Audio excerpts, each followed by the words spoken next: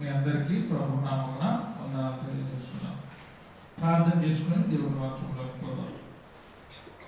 మహోన్నతుడ, జీవం కలిగిన మా గొప్ప తండ్రి, మీ శ్రేష్టమైన ఘనమైన నామానికి వందనాలు చెల్లిస్తున్నాం. నాయన, యొక్క రాత్రి కాలమందు మీరు మాకు అనుగ్రహించిన ఈ దినవంతు మేము స్తుతించుటకు, ఘనపరచుటకు మీరు ఇచ్చిన గొప్ప తరుణాన్ని బట్టి వందనాలు చెల్లిస్తున్నాం. నాయన, మీరు సత్యవంతుడని, మీరే దేవుడని, మీరు తప్ప వేరొక దేవుడు లేడని మేము తెలుసుకొని మీకు మాట ప్రకారంగా మేము బ్రతుకున్నట్లుగా మా అందరి జీవితాలను దీవించి ఆస్వాదించను.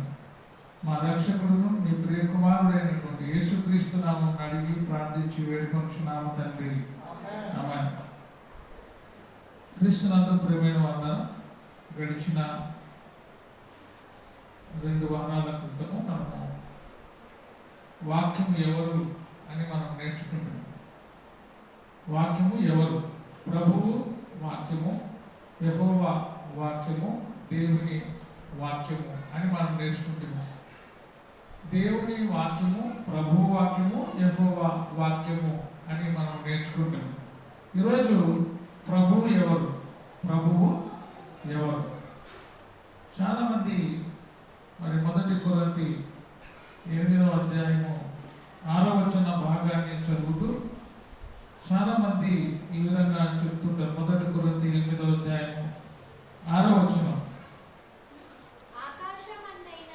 ఆకాశమందైనను భూమి మీదనైనను దేవత వనబడినవి ఉన్నను మనకు ఒక్కడే దేవుడు ఉన్నాడు, ఆయన తండ్రి. ఆయన నుండి సమస్తమును కలిగెను, ఆయన నిమిత్తం మనం ఉన్నాము, మరియు మనకు ప్రభు ఒక్కడే, ఆయన యేసుక్రీస్తు. ఆయన ద్వారా సమస్తమును కలిగెను, మనము ఆయన ద్వారా కలిగిన వారు. దేవుడు ఒక్కడే, ఆయన తండ్రి. ప్రభువు ఒక్కడే, ఆయన యేసుక్రీస్తు. యేసుక్రీస్తు ప్రభు మాత్రమే, కానీ దేవుడు కాదు అని చెప్తుంటారు చాలా మంది. నిన్న మొన్న కూడా చాలా మంది వాక్య భాగాలు బోధించినారు. యేసు ప్రభు చిన్న దేవుడు, చిన్న దేవుడు, చిన్న దేవుడు అని చెప్తున్నారు. ఇక్కడ ప్రభు ఒక్కడే, ఆయన యేసుక్రీస్తు అన్నాం. మరి ప్రభు ఎవరు? ఇక్కడ దేవుడు ఒక్కడే, ఆయన తండ్రి అన్నాం. ప్రభు ఒక్కడే, ఆయన యేసుక్రీస్తు అన్నాం. ప్రభు అనే మాట కేవలము ప్రభు ఒక్కడే అన్నప్పుడు ప్రభు అనే మాట ఎవరికి మాత్రమే ఉండాలా? యేసు ప్రభుకి మాత్రమే ప్రభు అని ఉండాలి, వేరొకరికి ప్రభు అని ఉండకూడదు. మనం చాలా వాక్య భాగాలు నేర్చుకుంటున్నాం. యేసు ప్రభుకి యెహోవా అనే పేరు కూడా ఉంది అని మనం నేర్చుకున్నాం.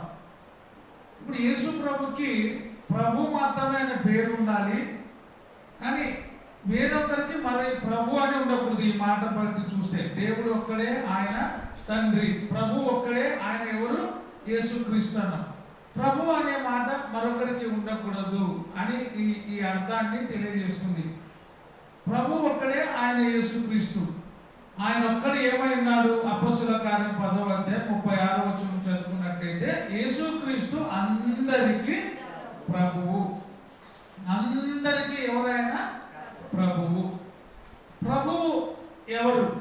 అందరికీ ప్రభు అన్నాము. ప్రభు ఎవరు అంటే యేసుక్రీస్తు మాత్రమే ప్రభువు. యేసు ప్రభువు మాత్రమే, కానీ దేవుడు కాదు అని చెప్తారు. మరి కీర్తనలు 16వ అధ్యాయము 2వ వచనాన్ని మనం చదువుకున్నట్లయితే, కీర్తనలు 16వ అధ్యాయము 2వ వచనం, నీవే ప్రభుడవని, నీకంటే నాకు క్షేమాధారం ఏది లేదని యెహోవాతో నేను మనవి చేయుదును. ఎవరంట ప్రభువు? యెహోవా అని ఉంది ఇక్కడ. బాగా జాగ్రత్తగా ఈ మాటలు గమనించాలి. నీవే ప్రభుడవని, నీకంటే నాకు క్షేమాధారం లేదని యెహోవాతో నేను మనవి చేయుచున్నాను. యెహోవాకి కూడా ఏం పేరుంది? ప్రభువు. యెహోవా దేవుడైనప్పుడు యేసుక్రీస్తు కూడా ఏమై ఉండాలా? దేవుడై ఉండాలి. ప్రభు ఒక్కడే అన్నాం. ఇప్పుడు యెహోవాకి ఏ పేరు ఉంది? ప్రభు అనే పేరు ఉంది. మరి చాలా చోట్ల మనుషులకు కూడా ప్రభు అని ఉంటుంది. ఆ ప్రభు అన్న వాళ్ళందరూ ప్రభువులు కాదు. దైవత్వం ఎవరికైతే ఉంటుందో వాళ్ళు మాత్రమే ప్రభువులు, వారు మాత్రమే దేవుడు. యేసు ప్రభుకి దైవత్వము కలిగినటువంటి ఆయన. ఇక్కడ చూస్తే నీవే ప్రభుడవు, నీకంటే క్షేమాధారం నాకు ఎక్కడ లేదని నేను యెహోవాతో మనవి చేసి తిని. ప్రభుడవు నీవే అని ప్రభువుతో మనవి చేసి తిని అనలేదు. ఇక్కడ ప్రభు అని చెప్పి ఎవరిగా చెప్తున్నారు? ప్రభువే యెహోవా అనే మాటను ఇక్కడ సూచిస్తుంది. 30వ అధ్యాయము 8వ వచనం, కీర్తనలు 30వ అధ్యాయము 8వ వచనం. యెహోవా నీకే మొరపెట్టి తిని. అరే యెహోవా నీకే మొరపెట్టిని అన్నాడు. మళ్ళీ ఎవరు అంటాడు? నా ప్రభువుని బ్రతిమలాడి తిని. ప్రభు అయిన యెహోవా అని అర్థం ఇక్కడ. యెహోవా నీకే మొరపెట్టి తిని, నా ప్రభువుని బ్రతిమలాడి తిని. యెహోవా ఎవరు? ప్రభువు. ప్రభు ఎవరు? యెహోవా. ప్రభువుకి యెహోవా అనే పేరు కూడా ఉంది. యెహోవాకి ప్రభు అనే పేరు కూడా ఉంది. జాగ్రత్తగా ఈ మాటలు మనము మన హృదయంలో పెట్టుకోవాలి. ప్రభు ఒక్కడే, ఆయన యేసుక్రీస్తు అన్నాం. యేసుక్రీస్తుకి యెహోవా అనే నామం ఉంది. ఆ యెహోవాయే ప్రభువు, యేసుక్రీస్తే ప్రభువు. ఆయన అందరికీ ఏమైనాడు? ఇప్పుడు దేవుడు. యేసుక్రీస్తు అందరికీ ఏమైనాడు? దేవుడు. ప్రభు అంటే దేవుడు, యెహోవా అని అర్థం. యెహోవానే దేవుడు అన్నప్పుడు యెహోవాకు యేసు ప్రభు అనే పేరుంది, ప్రభుకి యెహోవా అనే పేరుంది. అంటే ఇప్పుడు మనం అనుకోవచ్చు తండ్రి అయిన దేవుడే యేసు ప్రభు అని. తండ్రి అయిన దేవుడు యెహోవా అని ఆయన ప్రత్యేకంగా ఉండేవాడు. యేసు ప్రభు కూడా యెహోవా అనే నామము ఉంది. ఆ నామము తండ్రికి ఎంత ఘనమైన నామం ఉందో కుమారునికి కూడా అంత ఘనమైనటువంటి నామము ఉంది. తండ్రికి ఎంత అధికారం ఉందో కుమారునికి కూడా అంత అధికారము ఉంది. మరి కీర్తనలు 35వ అధ్యాయము 22, 24 వచనాలు చదువుకుందాం. కీర్తనలు 35వ అధ్యాయము 22వ వచనం నుంచి చదువుకుందాం. యెహోవా అది నీకే కనబడుచున్నది కదా, మౌనముగా ఉండకుము నా ప్రభువా. యెహోవా అన్నాడు, కింద ఏమంటాడు? నా ప్రభువా నాకు దూరముగా ఉండకు. ప్రభువా యెహోవా నాకు దూరముగా ఉండొద్దు. ప్రభువా యెహోవా నాకు దూరముగా ఉండొద్దు. ప్రభు ఒక్కడే. ఆయన ఎవరు? యేసు క్రీస్తు. యేసు క్రీస్తు ప్రభువై ఉన్నాడు, ప్రభువు దేవుడై ఉన్నాడు. ఆయన అందరికీ ఎవరు? యేసు క్రీస్తు అందరికీ ఏమై ఉన్నాడు? ప్రభువు. అందరికీ ఎవరు? దేవుడు. అందరికీ దేవుడు ఆయన. ఆయన ఉన్నవాడై ఉన్నాడు. ఆయన ఎవరు? ఉన్నవాడు. నిరంతరము భూమి ఆకాశములు కలగజేయక ముందు నుంచి ఆయన ఉన్నవాడు. మరి తండ్రి అయిన దేవుడు నిన్ను కన్నాను అన్నాడు కదా. ఎట్లా కన్నాడు అంటే అది లేఖనము నెరవేరబడినట్లుగా చెప్పినటువంటి మాట. కన్నాను అంటే కన్నినప్పుడు వచ్చిన ఆయన కాదు. ఆయన ఉన్నవాడే ఏమైనాడు? కన్యక గర్భవతిగా మరియ గర్భంలో జన్మించినాడు. ఆయన ఉన్నవాడే. పుట్టినవాడు అంటే 2000 సంవత్సరం నుంచి మాత్రమే ఉన్నవాడు అని అర్థం. అంతకు పూర్వం కూడా ఆయన ఏమై ఉన్నాడు? ఉన్నవాడై ఉన్నాడు. ఆయన క్రీస్తు మర్మమై, దేవుని మర్మమై ఉన్న క్రీస్తు. ఆయన యేసుప్రభు ఎవరు? దేవుని మర్మమైన క్రీస్తు. దేవుడు అంటే మర్మమైన వాడు. ఆ మర్మమైన వాడు ఎవరు? క్రీస్తు అని మనము తెలుసుకోవాలి. కీర్తనలు 8వ అధ్యాయము 1వ వచనం, యెహోవా మా ప్రభువా అని ఉంటుంది అక్కడ. 8వ అధ్యాయము 1వ వచనం, యెహోవా మా ప్రభువా. ఆకాశములో నీ మహిమను కనపరచువాడా, భూమి అందంతటా నీ నామము ఎంత ప్రభావము గలది. భూమి అందంతటా నీ నామము ఎంత ప్రభావము కలిగిన నామము.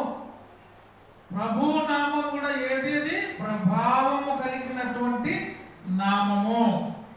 దేవా యెహోవా, 9వ వచనం కూడా చదవండి.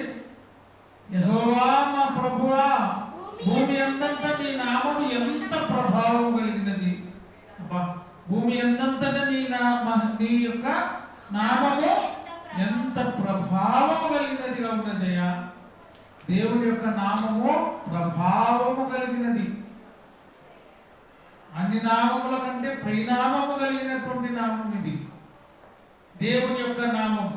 యోహాను సువార్త 18వ అధ్యాయము 38వ వచనం. ఇక్కడ ఏమంటున్నాడు చూడండి. యోహాను సువార్త 18:38. అందుకు పిలాతు నీవు రాజువా అని ఆయనను అడగగా యేసు ఏమంటాడు, నీవు అన్నట్టు నేను రాజుని. నీవు అన్నట్టు నేను రాజునే.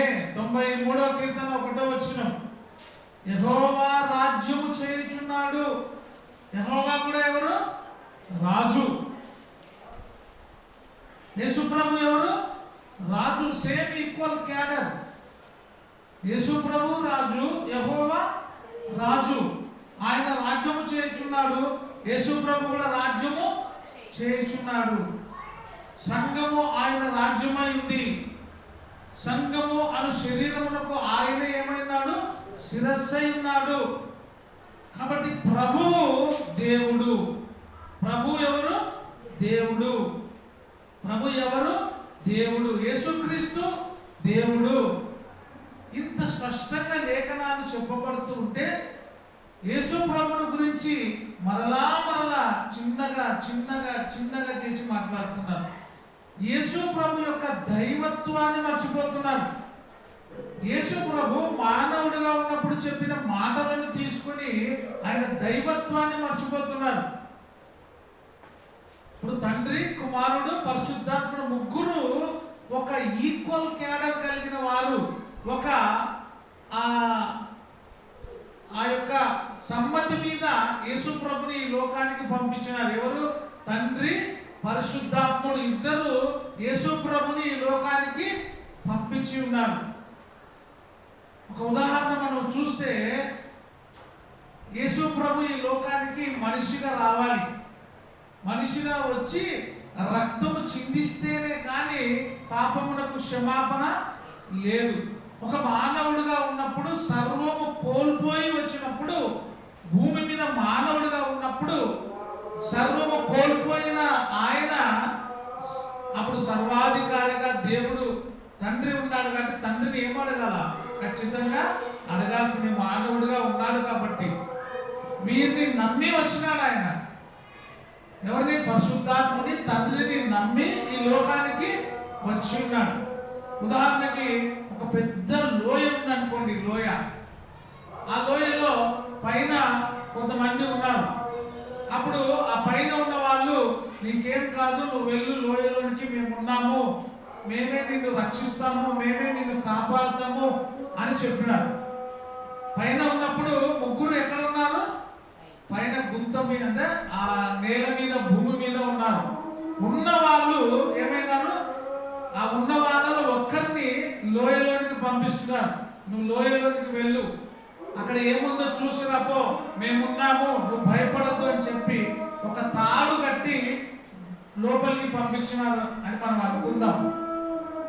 తాడు కట్టి లోపలికి పంపించిన తర్వాత లోపలికి పోయిన వ్యక్తి ఎవరి మీద ఆధారపడాలి? మరలా పైకి రావాలంటే పైన ఉన్న వాళ్ళని అడగాల్సిందే. ఒకవేళ వాళ్ళు ఏమి అనకపోతే ఏమనాలా? మిమ్మల్ని నమ్ముకొని నేను పైకి వచ్చినాను, మీరు వెళ్ళమంటే నేను వస్తే, నేను ఇప్పుడు గుంతలో ఉన్నాను, నన్ను మరలా మీరు పైకి తీయండి అని చెప్పాల్సిందే. ఖచ్చితంగా అనాల్సిందే. పైకి తీయాల్సింది ఎవరు? పైన ఉన్న వాళ్ళే. అంత మాత్రాన వాళ్ళు నమ్ముకుని లోపలికి వచ్చినంత మాత్రాన ఆ వచ్చిన వ్యక్తి తక్కువ కాదు. ఆయన కూడా వాళ్ళతో ఉండేవాడే, కానీ వీళ్ళను నమ్మి ఏమైనాడు, లోపలికి వచ్చినాడు. మరలా వాళ్ళే తీయాల్సింది పైకి. కాబట్టి యేసు ప్రభు కూడా తండ్రి, కుమారుని, అంటే తండ్రి, పరిశుద్ధాత్ముడు, ఈ కుమారుడు ముగ్గురు ఉన్నవారుగా ఉండేవారు. వారిలో ఒక ఏకత్వం వచ్చి యేసు ప్రభుని ఈ లోకానికి పంపించి ఉన్నారు. ఆయన ఈ లోకానికి వచ్చిన, అందుకే నా తండ్రి నన్ను పంపిస్తే నేను ఇక్కడికి వచ్చి ఉన్నాను. సశరీరుడుగా సర్వము కోల్పోయి ఆయన వచ్చినాడు. సర్వము కోల్పోయిన తర్వాత ఎవరి మీద ఆధారపడాలా? మనిషిగా ఉన్నప్పుడు దేవుడి మీద ఆధారపడాల్సిందే.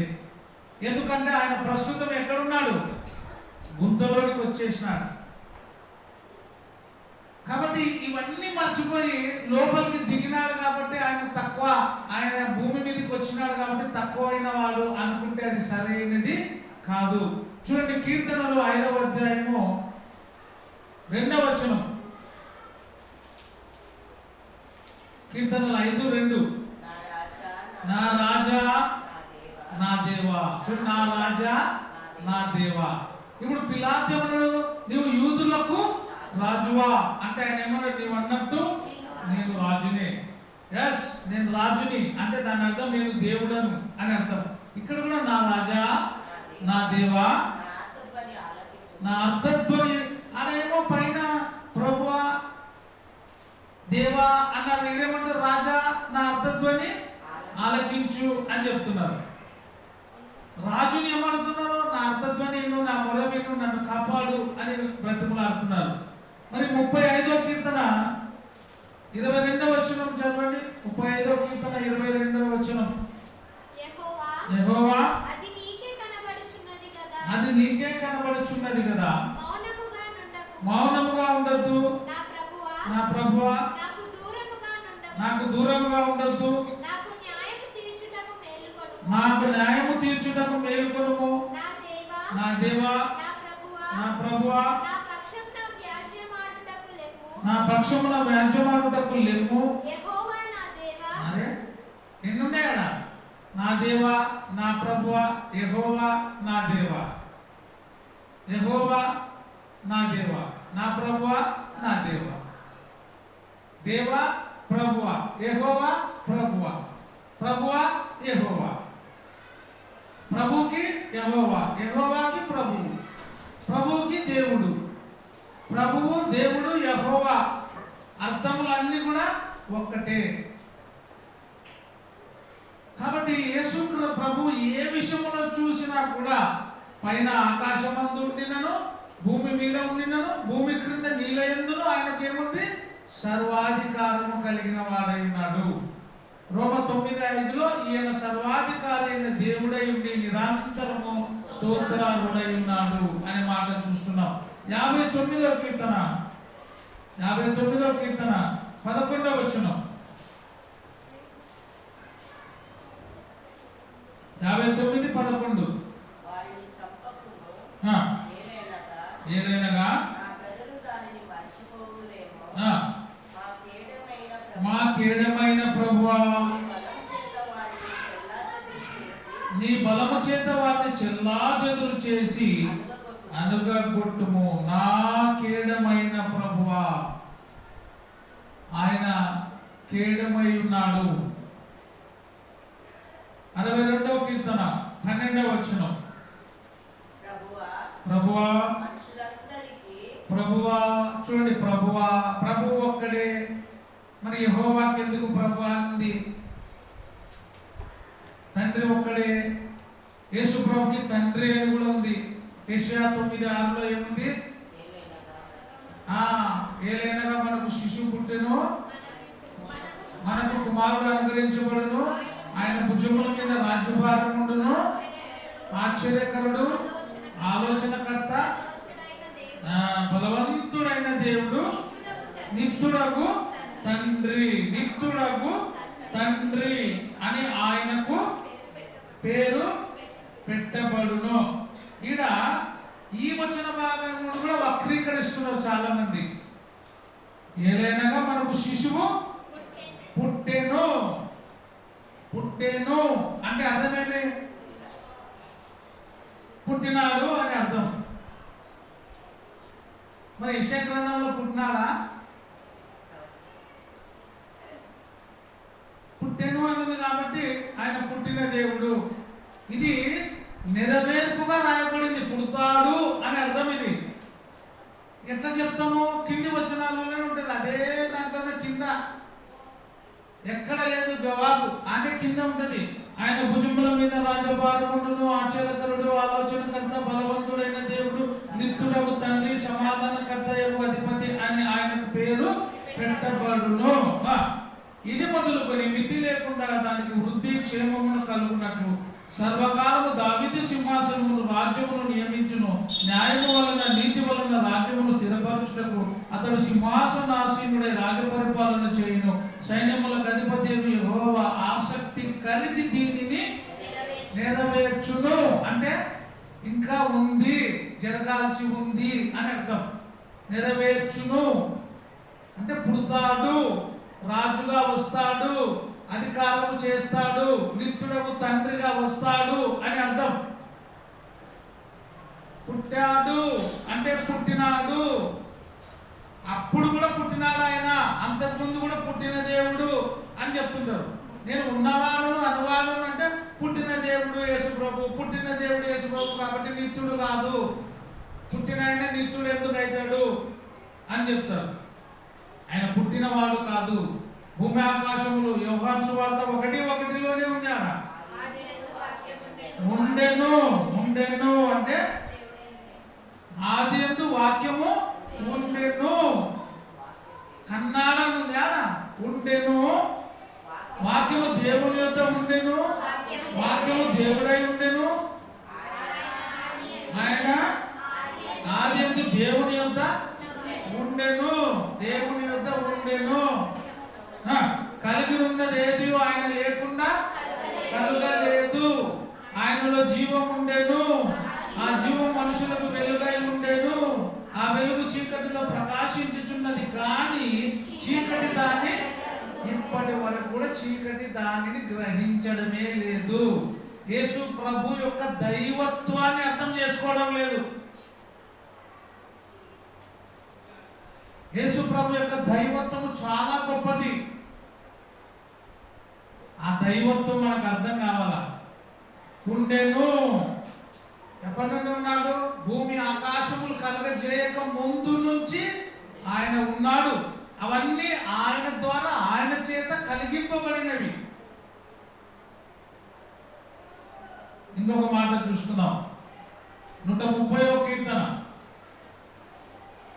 1 నుంచి, కీర్తన 130వ అధ్యాయం 1 నుంచి చదువుకుందాం.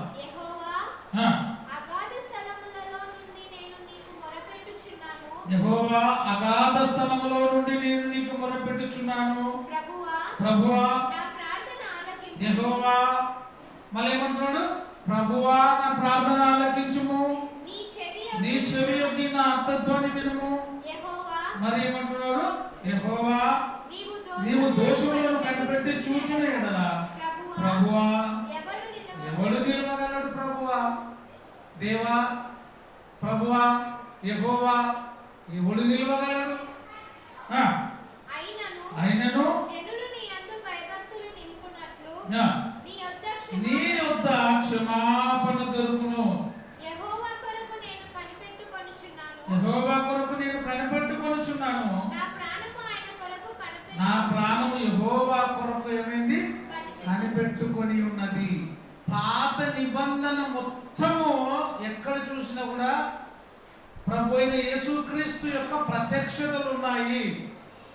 పాత నిబంధనలో యెహోవా అను నామమున యేసుక్రీస్తు ఉన్నాడు. ఆ యెహోవా అనే నామమున ఉన్న ఆయననే ప్రభువుగా, యేసుక్రీస్తుగా క్రొత్త నిబంధనలో కన్యక గర్భమందు జన్మించి ఉన్నాడు. తండ్రి అయిన దేవుడు ఉన్నాడు. ఆయన ఎక్కడున్నాడు? మరుగై ఉన్నాడు. సమస్తమును నడిపించినది ఎవరు? ప్రభు అయిన యేసుక్రీస్తు. ఆయన ప్రత్యక్షతలు నిరంతరం ఉన్నాయంట. ఆయన శాశ్వత కాలము వరకు, ప్రస్తుత కాలము నుండి శాశ్వత కాలం వరకు ఆయన ప్రత్యక్షము అగుచుండెను. మీకా గ్రంథంలో ఉంటుంది చూడండి. మీకా గ్రంథము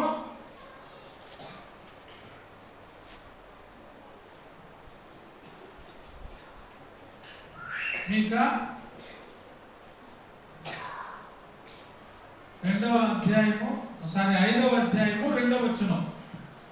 బెత్లెహేము ఎఫ్రాతా యూదా వారి కుటుంబములలో నీవు స్వల్ప గ్రామమైనను నా కొరకు ఇశ్రాయేలులను ఏలబోవాడు నీలో నుండి వచ్చును. ఇశ్రాయేలులను ఏలబోవాడు నీలో నుండి వచ్చును. పురాతన కాలము మొదలుకొని, ఏ కాలము? పురాతన కాలము మొదలుకొని శాశ్వత కాలము వరకు ఆయన ప్రత్యక్షమగుచుండెను. ప్రత్యక్షమైనాడా? అవుతున్నాడా? ప్రత్యక్షమగుచుండెను. పురాతన కాలం నుండి శాశ్వత కాలం వరకు యేసు ప్రభు ఏమైతున్నాడు? ప్రత్యక్షము అవుచూ ఉన్నాడు. ఈయన సర్వాధికారి అయిన దేవుడై ఉండి నిరంతరం ఏమైనాడు? స్తోత్రార్హుడై ఉన్నాడు. మనం ఎప్పుడు కూడా ఏ రోజైనా కూడా ఎక్కువగా ఏమింటాము? సైన్యములకు అధిపతి అగు కదా, అదే కదా మనం వినేది ఎప్పుడైనా కూడా. సైన్యములకు అధిపతి అగు ప్రభువు అని ఎప్పుడైనా విన్నామా? చూడండి, రోమీలకు రాసిన పత్రిక 9వ అధ్యాయం 29వ వచనం. రోమ 9:29. యెహోవా ఉంటుంది చూడరా. మరియు యెషయా ముందు చెప్పిన ప్రకారం ఎవరాడా? యెషయా ముందు యెహోవా ఉంది. ఇప్పుడు ఎవరు? సైన్యములకు అధిపతి యగు ప్రభువు. సైన్యములకు అధిపతి అయిన వాడు ఎవరు? ప్రభువు. ఆయన సైన్యములకు అధిపతి అయి ఉన్నాడు. ఇంకా కొంతమంది ఏమంటారంటే దేవుడు యేసు ప్రభు ఎందుకు అవుతాడు? యోహాను సువార్త 4వ అధ్యాయం 24వ వచనంలో ఏముంది? దేవుడు ఏమైనాడు? ఆత్మ. మరి యేసు ప్రభు ఆత్మనా? యేసు ప్రభు ఎట్లయితాడా దేవుడు? ఇప్పుడు చెప్పండి మీరు. దేవుడు ఆత్మ, యేసు ప్రభు ఆత్మనా? శరీరానికి వచ్చినాడు కదా, దేవుడు ఎందుకు అవుతాడు? దేవుడు ఆత్మ. ఆత్మ ఎవరు? చూడండి, ఆత్మ ఎవరు? 2 కొరింథీ 3:17 చదువుకుందాం. ఆత్మ ఎవరు? 2 కొరింథీ 3:17. ప్రభువే ఆత్మ. దేవుడు ఆత్మ కనుక ఆయనను ఆరాధించువారు ఆత్మతోనూ సత్యముతోనూ ఆరాధించాలి. దేవుడు ఆత్మ. ఇప్పుడు ఆత్మ ఎవరు? ప్రభువే ఆత్మ. ఆ ప్రభు అయిన ఆయనను ఎట్లా ఆరాధించాలా? ఆత్మతోనూ సత్యముతోనూ. దేవుడు కాదు అనే వాళ్ళకి ఇది ఒక్క చాలు, ఇది ఒక్క మాట. దేవుడు ఆత్మ అన్నాడు కదా. ఆత్మే ఎవరు? ప్రభువే ఆత్మ. ఇప్పుడు ప్రభు ఏమైనట్లా? దేవుడు. దేవుడు ఏమైనట్లా? ఆత్మ. ఇంత స్పష్టంగా ఉంటే వాళ్ళే తక్కువ చేస్తుంటారు అనమాట. ఇప్పుడు మనిషిగా చూస్తే మనిషి ఈక్వల్. ఒకవేళ అప్పుడప్పుడు హోదాను బట్టి ఈ లోకంలో గౌరవిస్తుంటాం. ఇప్పుడు కలెక్టర్ అనుకో, ఆ హోదాను బట్టి గౌరవిస్తారు. కలెక్టరు ఆ విధులు అయిపోగొట్టుకొని బయటికి వచ్చిన తర్వాత ఆ కలెక్టరు ఈ వ్యక్తి ఎవరు? మనిషి. అవునా కదా? హోదాను బట్టి గౌరవిస్తాము. ఇప్పుడు యేసు ప్రభు కూడా దేవుడు ఉన్నాడు, దేవుడుగా ఉన్నాడు. ఆ హోదాను విడిచిపెట్టి ఎక్కడికి వచ్చినాడు? మనిషిగా వచ్చినాడు. మనిషిగా వచ్చినంత మాత్రాన మనం ఏం చేస్తున్నాము? గౌరవాన్ని తీసేస్తున్నాం. మనిషి అనేది తీసేస్తున్నాం. దేవుడు అనేది తీసివేసి ఏం చేస్తున్నాం? మనిషిగా అనుకుంటున్నాం. కలెక్టర్ ఒక హోదాలో ఉన్నాడు, ఆయన ఎవరు? మనిషి. ఒక వాచ్మెన్ బయట గేట్ దగ్గర ఉన్నాడు, ఆయన వాచ్మెన్. ఆయన హోదా ఏమి? వాచ్మెన్. హోదా ప్రకారంగా వాచ్మెన్ తక్కువ, హోదా ప్రకారంగా కలెక్టరు ఎక్కువ. కానీ ఇద్దరు ఎవరు? విధులు అయిపోయిన తర్వాత ఉద్యోగము ఆ ప్రాసెస్ అయిపోయిన తర్వాత ఇద్దరు ఎవరు? సందేశ్, ఇద్దరు ఎవరు? మనుషులే, ఇద్దరు మనుషులే. ఇప్పుడు యేసుప్రభు దేవుడు ఆ దైవత్వాన్ని వదిలిపెట్టి వచ్చినంత మాత్రాన ఆయన తక్కువ చేసి, ఆయన చిన్న దేవుడు, తక్కువ దేవుడు, అధికారం లేని దేవుడు అంటే ఎట్లయితుంది? అధికారము కలిగిన ఆయన, సర్వాధికారంలో కలిగినటువంటి దేవుడు. ఆ వాక్యం చూపించినా అది తప్పు, అది మిస్టేక్, ప్రింట్ మిస్టేక్ అని చెప్తారు. అపోస్తుల కార్యం 20:28 ఏముంటది? దేవుడు తన స్వరక్తం ఇచ్చి సంపాదించిన దేవుడు. దేవుడు అన్ని తప్పుపడి సార్, ప్రభు తన స్వరక్తం ఇచ్చి సంపాదించిన సంఘమని ఉండాలంట. ఎవరైనా ఉండాలా? ప్రభు తన స్వరక్తం ఇచ్చి సంపాదించిన సంఘమని ఉండాలా? అలా తప్పుపడింది అని చెప్తారు. మరి మొదటి కొరింథీ 1:3 చూడండి. మొదటి కొరింథీ 1:3.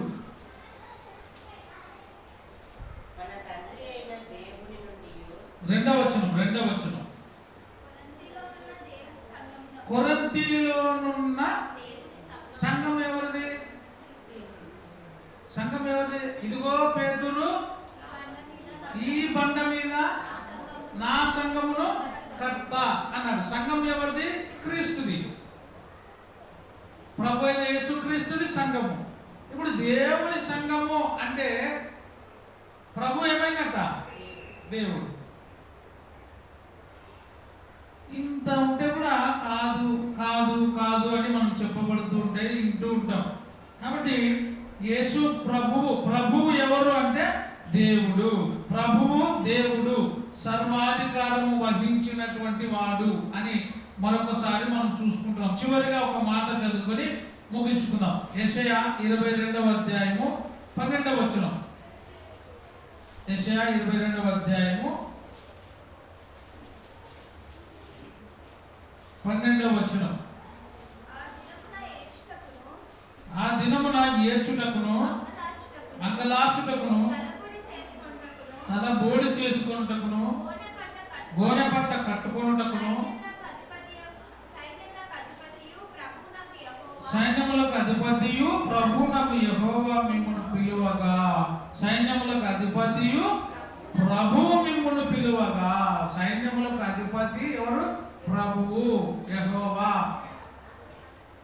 ఆయన సైన్యములకు అధిపతి ప్రభువు.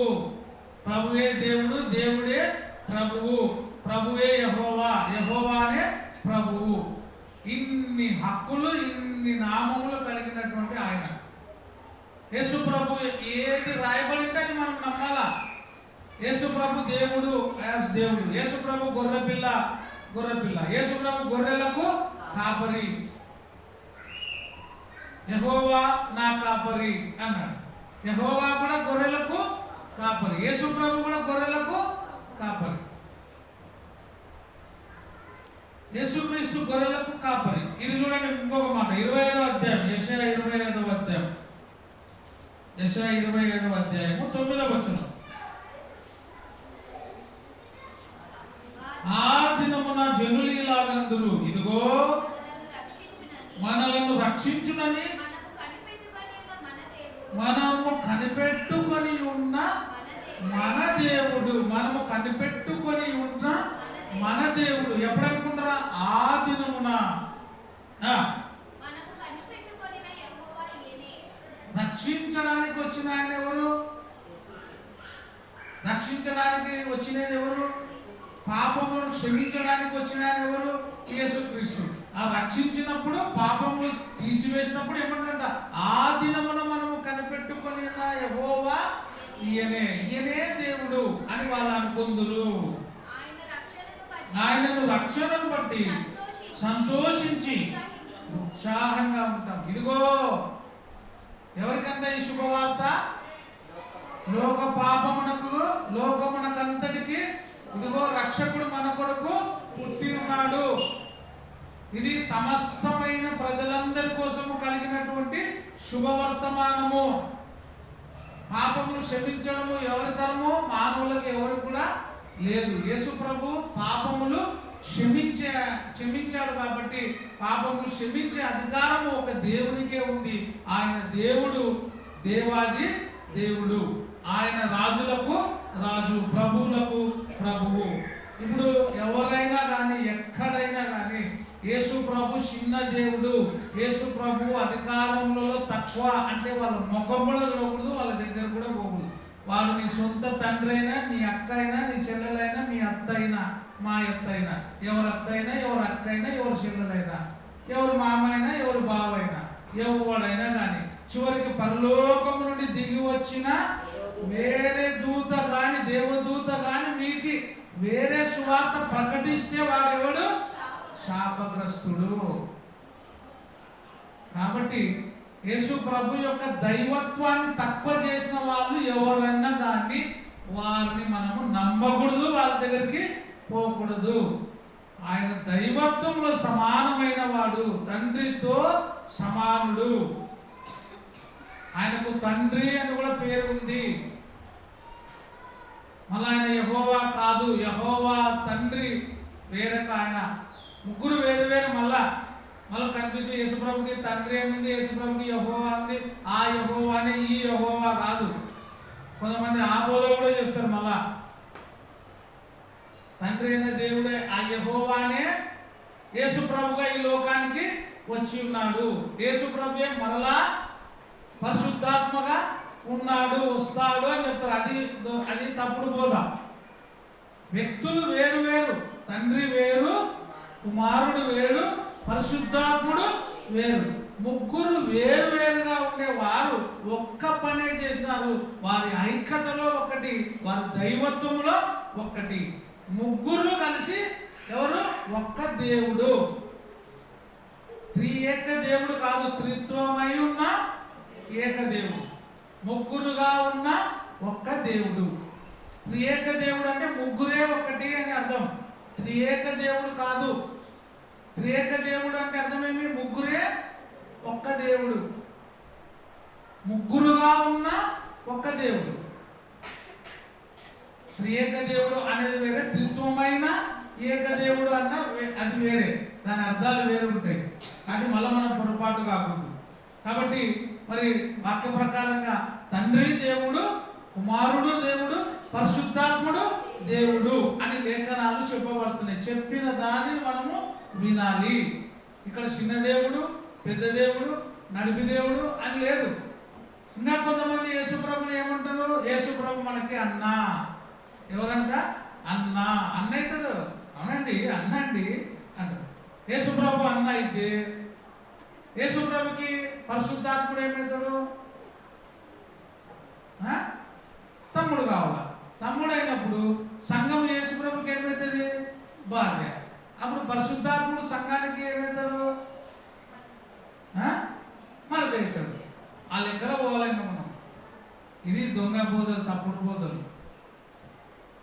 యేసుప్రభు ఏమన్నాడు? ఎవరు నా తండ్రి, ఎవరు నా తల్లి?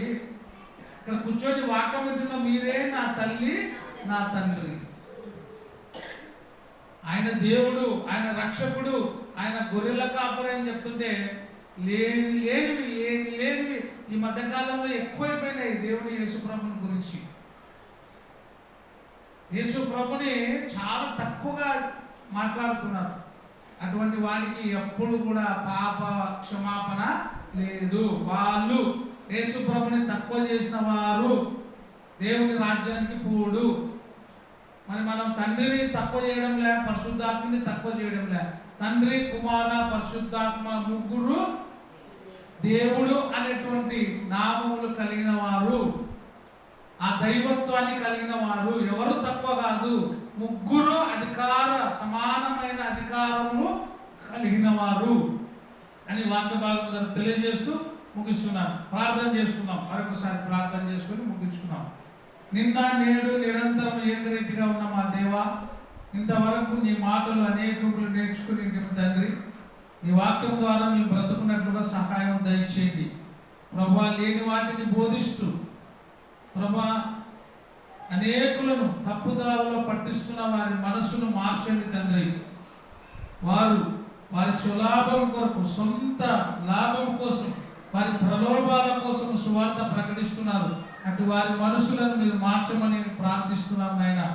మేము తప్పు దోవలో పడకుండా, తప్పు మార్గంలో పోకుండా మీరు ఇచ్చిన పరిశుద్ధ గ్రంథమును ధ్యానిస్తూ సత్య మార్గంలో నడిచే ధన్యతని మా అందరికి దయచేయమని మా రక్షకుడును మీ ప్రియ కుమారుడైనటువంటి యేసుక్రీస్తు నామమున అడిగి ప్రార్థించి వేడుకొంచున్నాము మా తండ్రి.